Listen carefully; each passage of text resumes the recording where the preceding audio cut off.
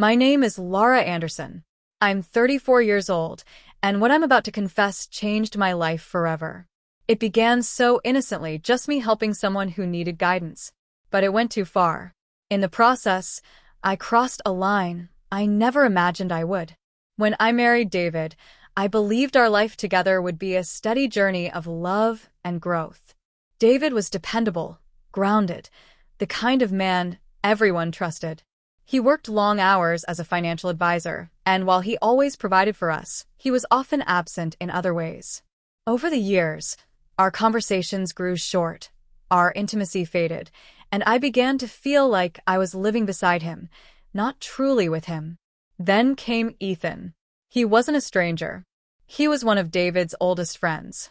At 28, he was younger, ambitious, but also unsure of himself in many ways. He had just started a new job in construction and was still trying to find his footing. David, always practical, brushed off Ethan's struggles as growing pains. But when Ethan needed encouragement, advice, and someone to listen, it wasn't David he turned to, it was me. At first, it was harmless. Ethan would stop by while David was at work, asking for advice.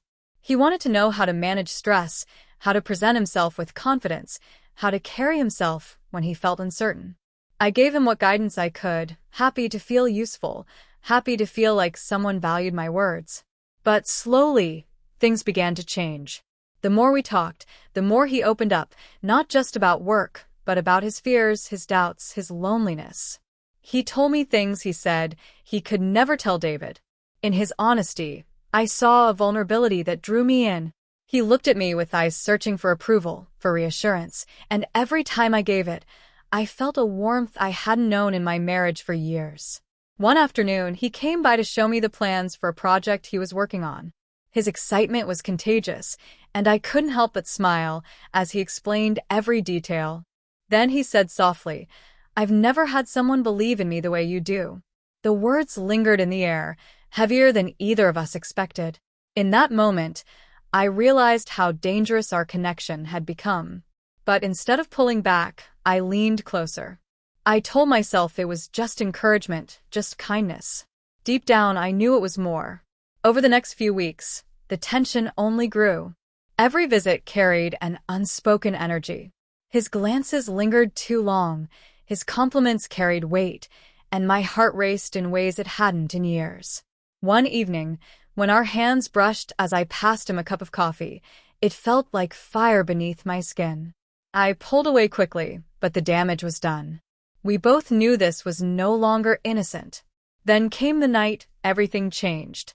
David was away on a business trip. Ethan stopped by, asking for help preparing for an important meeting.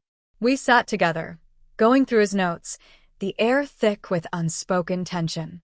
He looked at me, nervous but intense, and whispered, "Laura, I don't know what I'd do without you." His words melted something inside me. For so long, I had felt unseen, unappreciated, forgotten. But here was a man who not only noticed me, but valued me in ways my husband no longer did. I told myself I was only giving him strength, only being supportive. But when his hand covered mine, I didn't pull away. In that quiet room, surrounded only by the sound of our breathing, the line between guidance and desire blurred. I knew it was wrong. I knew I was betraying David, betraying my vows, betraying the woman I thought I was. But I also knew I couldn't deny how alive I felt. What happened between us that night wasn't planned. It wasn't rational. It was raw, overwhelming, and filled with emotions I hadn't felt in years. And though it left me drowning in guilt, it also ignited a passion I had thought was lost forever. The days that followed were tangled in secrecy and confusion. Ethan tried to act normal, but whenever his eyes met mine, the truth was there, unspoken but undeniable. I tried to refocus on my marriage, but David's distance only made the void between us more obvious. I don't know how long we can keep this secret, or whether it will eventually come to light. What I do know is this. What began as me helping a young man find his confidence became something neither of us could control. And once that line was crossed, there was no going back. This isn't a story I'm proud of. It's a confession, a reminder that sometimes, When someone makes you feel seen after years of invisibility, temptation can become stronger than reason. He came to me for guidance, but I never expected it would lead us here.